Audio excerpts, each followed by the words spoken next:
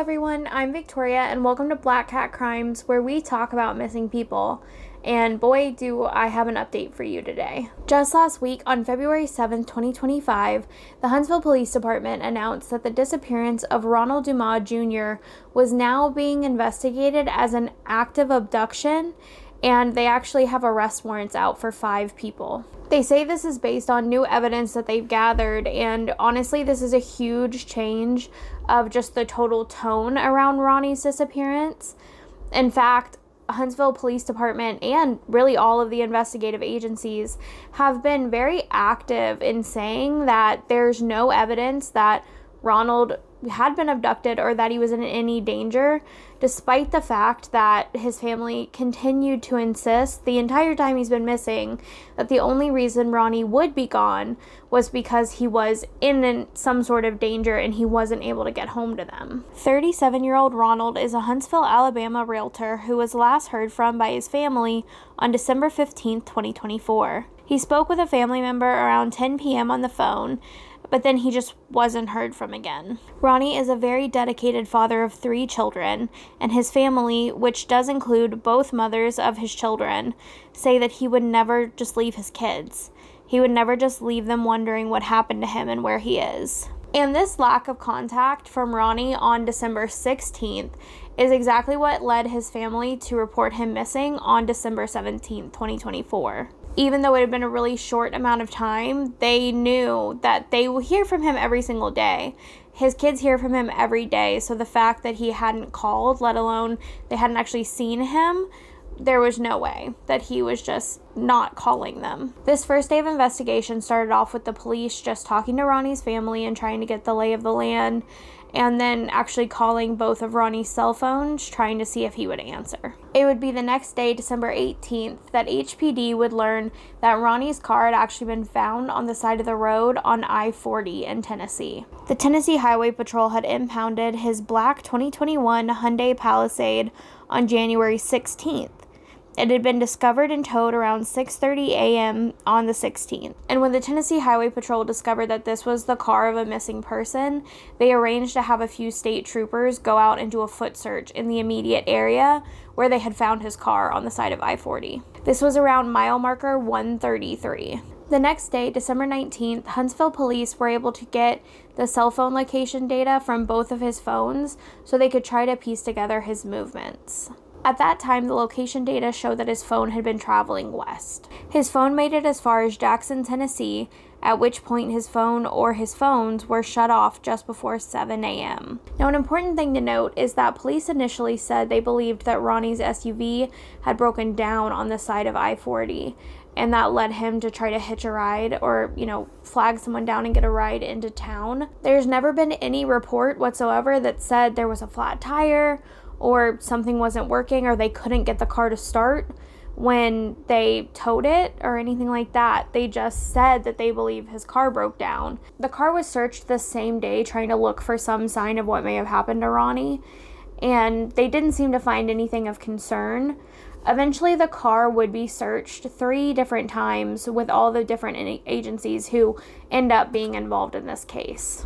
Before I talk about the searches, I do want to make a quick acknowledgement and give an explanation for something I said in my first video, because someone did comment on it and actually give me some, local knowledge of Huntsville PD, so I do want to talk about that just really quick. Initially, I said that despite the short time Ronnie had been missing, I thought that the police had, taken this pretty seriously and kind of jumped into action. And I do think it's really important to talk about this because on February 7th as well, Ronnie's family did hold a press conference in which they shared a lot about their experiences with Huntsville PD, and obviously they did not have a good experience with them. With everything we know now from Ronnie's family that I will talk about throughout the rest of the script, I definitely think police dropped the ball. So the reason I wanted to acknowledge that there is we're going to talk about the first place where I kind of feel like police may have dropped the ball and it may cause some trouble down the road.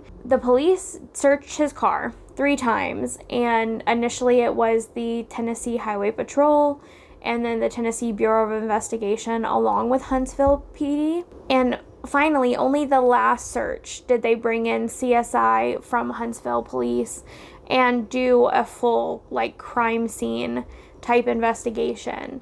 And that means that the first 2 searches were conducted by just police, which I can understand, like, an initial look through the car just to see what you see. But the more you dig around something, especially small like a car, and you're opening glove boxes, you're touching steering wheels, you're trying to turn the car on, you may be sitting in seats and moving seats. These are things that are important and need to be photographed, and, prints need to see if they can be lifted, things like that. So what has now become likely at least part of a crime scene, it is part of a crime having been commissioned.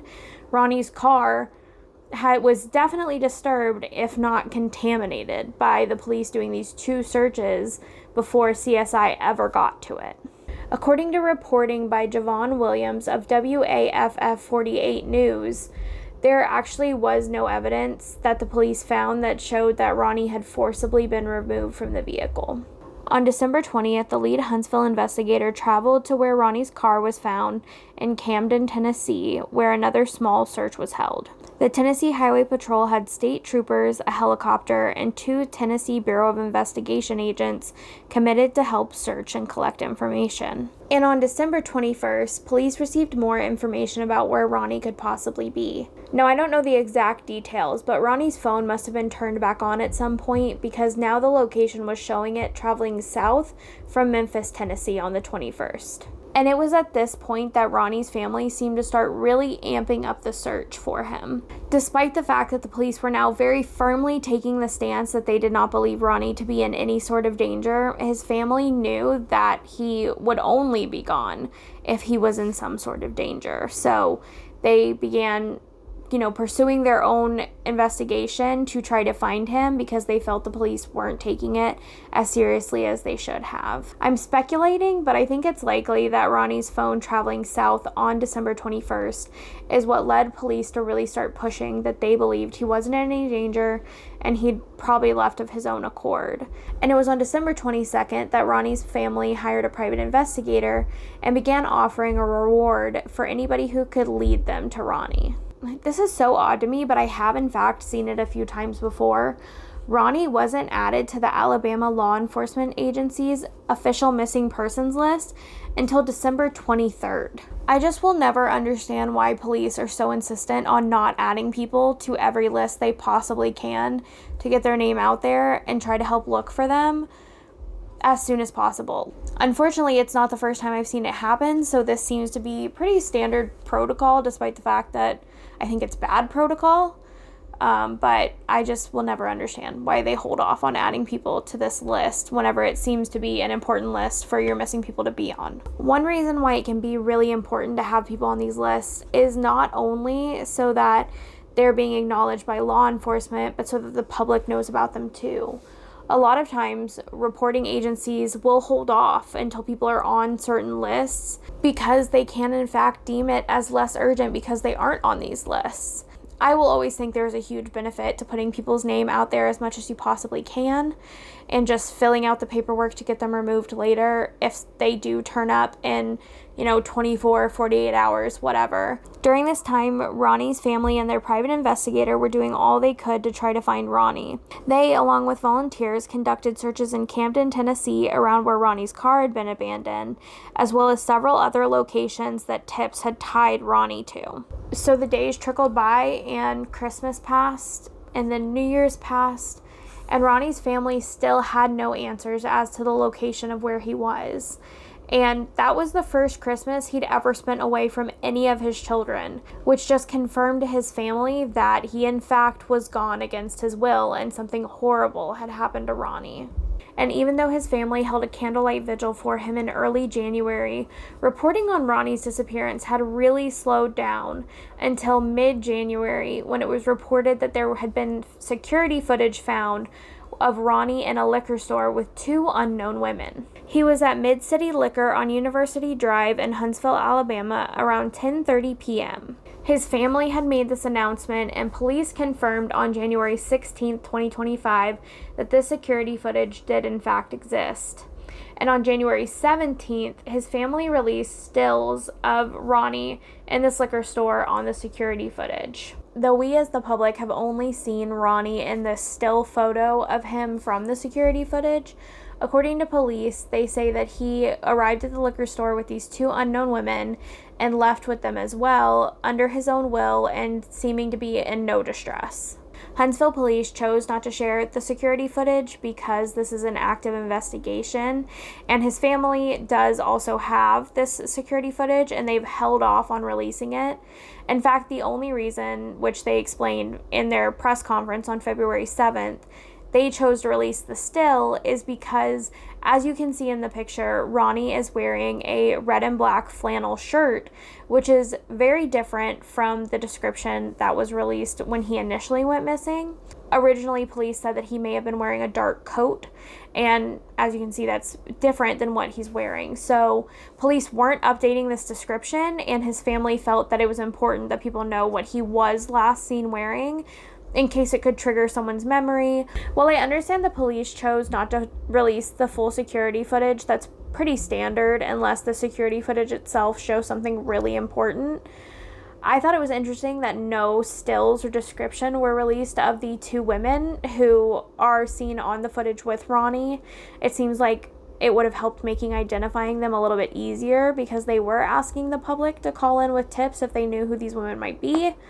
But I mean, two random women could be anybody. So thankfully, leads did come in to, I believe, Ronnie's family's tip line, and they were able to help identify and locate these women. And when Ronnie's family released the stills from that security footage, they also released a statement, which I feel is important to hear, so I'm going to read the whole thing, even though it's a little lengthy. We, the family of Ronald Dumas, would like to express our heartfelt gratitude to everyone who has reached out with concern, support, and prayers during this difficult time. Your kindness and solidarity mean more to us than words can ever convey. It is with deep respect for the truth and the memory of Ronald that we feel compelled to address the narrative shared by the Huntsville Police Department regarding his disappearance. While we appreciate the efforts of law enforcement, we strongly disagree with aspects of their characterization of events and believe that more transparency and communication are crucial to understanding what truly happened the night Ronald went missing. In our pursuit of answers, we have obtained the video mentioned by Huntsville Police. Today we are releasing a still photo from that video showing Ronald on the night he disappeared. It is our hope that this image might jog someone's memory or help someone recognize him. If you saw Ronald that night or have any information about his whereabouts, please come forward. Every detail, no matter how small, could be a vital piece of the puzzle. And actually, one thing that I didn't catch whenever I was writing the script, but I'm, noticing now, is that they mentioned that they're doing this partially out of, the memory of Ronald as well. And so it's almost sad to hear that it does seem like his family thinks that he's no longer with us. And I think that characterizes him very much so of they know he would not be gone if he were able to be back with them. So I mean, it's sad to hear that they already don't think that there will be a good outcome, but they want answers. They want to bring Ronnie home no matter what state he may be in. And then finally, on February 7th, 2025, Huntsville Police Department released a press statement announcing that Ronald Dumas' missing persons case was upgraded to an active abduction investigation. According to this statement, a tip had led to the identification of the two women Ronnie had been with at the liquor store. And when they had identified these women, they were able to locate them. Once they located them, they found evidence that tied them to Ronnie and possibly to his abduction as well. They also announced that they had issued arrest warrants for 5 individuals. Quintarius White of Memphis, Tennessee, Tor McLaurin of Memphis, Tennessee, and Sabrina Chambers of Huntsville, Alabama, are all wanted on the charge of first-degree kidnapping. Kira Simone Clark of Memphis, Tennessee is wanted for conspiracy to commit kidnapping, and Carissa Cash of Memphis, Tennessee is wanted for first-degree receiving stolen property. Huntsville police stated that they're working with the U.S. Marshal Task Force to locate and arrest these 5 individuals. They also shared the day before they announced the abduction on February 6th, HPD, with the help of the FBI, followed a credible lead and searched a 450-acre area south of Memphis, Tennessee, and into northern Mississippi. While I'm sure Ronnie's family was very grateful to finally have it acknowledged that Ronnie had been taken and was missing against his will, I'm sure this development felt like it was much too late. And the real insult, which I think is what out of everything, although trust me, in the press conference it gets even worse, what I think shows the most lack of care from the Huntsville Police Department is that the family found out that Ronnie's case was being updated to an active abduction investigation from their press statement, from the press reporting on it, not from police themselves. Police didn't call any of his next of kin to tell them that they were, investigating this as an abduction. His family found out on the news just like everyone else did. Following the announcement on February 7th, Ronnie's family, along with their media representative, Troy Stiles of Blunt Force Media, arranged a press conference the very same day. It was during this press conference that Ronnie's family really told us all about how hard this has been on them and explained that the police hadn't told them that this was now an active abduction investigation, but rather they found out about it from the media. Shakira Samples, who's the mother of Ronnie's oldest child, and Talia Berryhill, who is the mother of his two youngest children, stood together and, shared that they are so close, they're family with each other, and all three of them as parents were very involved in all the kids' lives constantly. So they knew as soon as they hadn't heard from Ronnie that something was wrong. For 54 days, we've searched for answers regarding the disappearance of Ronnie. While we wish we had located him by now, we remain without that closure. However, we have now received confirmation from the investigators that Ronnie was taken against his will. This long-awaited acknowledgement affirms what we have known from the beginning. As we've told the media, investigators, and everyone involved, he's a devoted father. He's ever present, and he would never walk away from his children. While law enforcement now has recognized the reality of this case, that foul play was not initially acknowledged, the family has been under immense pressure to remain silent about our concerns. But we have remained steadfast in our belief that the original stance of this investigation was incorrect. Today we stand validated. And during this press conference, Shakira, Talia, and Troy talked about several instances of Huntsville police just being hateful to the family and really pushing back against them. Troy Stiles shared that any and all tips that had been given to the family or their PI were immediately handed over to the police without any sort of acknowledgement of the police getting the tips. They also alleged that the family had faced threats from the Huntsville Police Department when the issue of the security footage came up. They threatened the family about releasing. The family obtained the video from that everybody has requested the video. The family's had that information for a long time. You have to give them a lot of credit for the restraint of holding that video and not releasing it, because they could have. And we did not do that because Huntsville Police asked us not to do that. We did release the image of Ronnie because we felt like the outfit that he was wearing was different than what they had initially told the media, and we felt like that was important information. But the families just had, considerable restraint throughout this entire process. They're very level-headed people. They're not asking for the case file to be completely opened. They said if we released the video, they would not speak to the family again. And have you had? That's when the that's when the communication stopped. Even though we didn't release the video, they followed through with that. I would say today's the first that I've had communication with the police department again. Now, Mr. Dumas' next of kin would actually be his father, who is living. He has spoken to police one time, and spoken to them either. Mm-hmm. Right, yeah. He called one time, left a message. Investigator Gibbs, Stephen Gibbs, which is the lead on this investigation, finally did return his call. That's the only time he's ever spoken to him. But he would be the next of kin and the contact if they needed to make drastic contact. Troy Stiles also alleged that there were times when Huntsville police investigators were very profane towards the family and just said pretty nasty stuff to them. To use profane language towards the family about, they're part of this investigation, well, they had every right. They knew something was wrong. And I would like for everyone to ask yourself, if your family member went missing, would you talk to people? Would you ask people if they knew anything? Of course you would. Shakira shared one specific story with an investigator that I'm actually going to clip in now because I want you to hear it from her.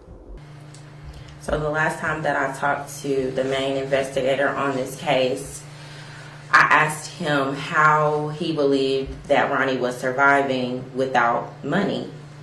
And his response was that he possibly started a fake identity and a new life, and that's how he was funding his life. My response to that was, would you rather, in this case, investigate it to your full capabilities and we be wrong that maybe he did just walk away, or would you rather have delays and drag your feet and then you be wrong and the family is right and something horrible has happened? And that's exactly the situation that we are in. And at the end of that conversation, I said his name and I said, I want you to remember this day and I want you to remember this conversation, because if this was your family, you will understand exactly how we feel when you keep saying that he walked away. And I think this is true. Like, so many missing persons investigations start off as, well, we think they just wandered off. And I think that's a huge part of why they go unsolved for so long, is because police don't take them seriously at first. They think they did just leave, and they lose that very early, immediate information that they could have gotten. And I'm going to link this press conference below and I think it's an important thing to watch, because you can really just feel the hurt and the heartbreak that they're going through. And it seems, I can understand why they're so frustrated, because at least based on what they're saying, it seems like Ronnie's family and their private investigator have done a lot of the kind of heavy lifting in this investigation and then pass that information on to investigators to then pursue the actual legal part of it. Troy Stiles shared that there is a $10,000 reward for information that leads to Ronnie's whereabouts. That reward is tied to the crime desk tips, so submit your tips there if the reward is your reason for submitting a lead. That reward is only available until February 28th, 2025, so I'd recommend calling quickly. And speaking of crazy things revealed in this press conference, I want to talk about this part right here. One of the names on this list I must mention is someone who we think was on the footage in the liquor store. And one of the other people that we believe to be on that footage in the liquor store, we also believe to be deceased. So when you ask a question like, what do we think would be different? A lot. There's more information, I'm sure, that will come out about that, but it just didn't have to end up this way. Or take this amount of time. I'm sorry, what? There's another person who is possibly missing? Possibly dead? What is happening here? And none of the reporters followed up on that in the moment. But I do believe that I was able to find out who they are talking about, what I think they're talking about. Here, to be fair, I don't know. You'll understand why I'm saying I can't confirm this, but this is just the other reporting that I'm finding on this specific statement of there's another missing person possibly related to Ronnie's case. Even though the reporters during the press conference didn't ask more about that, Kaylee Nees of WAFF 48 came through for us with her reporting. One of the 5 people who have an arrest warrant out for them, Sabrina Chambers of Huntsville, Alabama, is believed to be missing by her family. Sabrina's grandmother, Rosa Hardy, said she's a sweet girl, but she's always gotten caught up and hung around the wrong people. Miss Hardy said that she hasn't heard from Sabrina since January 17th, 2025, though she didn't say what they spoke about, and she refused to talk about Ronnie or his abduction. So, I mean, Sabrina could be missing. But she could also just be on the run, like everybody else who is currently has an arrest warrant out for them in this specific case. Based on just what is being reported in this one, news article that I'm finding, I don't really know what would point to her being missing versus just like purposely trying to make herself, not be found by the police. But if Sabrina is in fact who Troy Stiles is talking about in this press conference, then it seems like maybe the family's received some sort of tip that points to the fact that she isn't just on the run like everybody else, that something may have happened to her. Ronnie's family has had to go above and beyond in their search for him. They've had to put countless hours and who knows what kind of funds into their search. He didn't just leave them. He didn't just decide to start a new life. He didn't just decide that he didn't love them anymore and went to walk away. Something happened to him and he was abducted sometime between 10:30 p.m. on December 15th and 6 a.m. on December 16th. And that's kind of all we know right now about the abduction itself, is just the time frame and who was involved. They don't know when he was abducted or even if he was in his car when it was dropped off in Camden, Tennessee. There's really no details as to what actually happened at this point. At this point, Ronnie's family just desperately want answers. Like I said, they want to know where Ronnie is and bring him home no matter what state he is in, whether he's alive and has been being held hostage for over 60 days now, or if he's no longer with us. They need closure and they need answers for both themselves and his kids. Ronnie is a very good father who's always been super involved in his kid's life, and his kids very much love him, and his family loves him. Everybody wants to know what happened to Ronnie. Hopefully, they'll be able to get those answers soon, and they'll be able to bring him home, and that will start the quest for justice. Hopefully, these people who are on the run will be arrested very shortly, and they won't have to keep wondering and not knowing what happened. Ronnie is a 37-year-old black man who stands at 5'5" and weighs approximately 165 pounds. He has black hair and brown eyes. We know now from the security footage still that he was last seen wearing a red and black long sleeve flannel. There are actually several places you can submit tips in this instance, both with the Huntsville PD and with Ronnie's family and the private investigator. So I'm just going to list them all in the description below instead of reading them all off. But that is all I have for you in this update of what is happening with the disappearance and now abduction of Ronald Dumas Jr. I really hope that they do get answers soon because they deserve that and more. Thank you so much for watching. Stay safe, and I'll see you next time. Bye.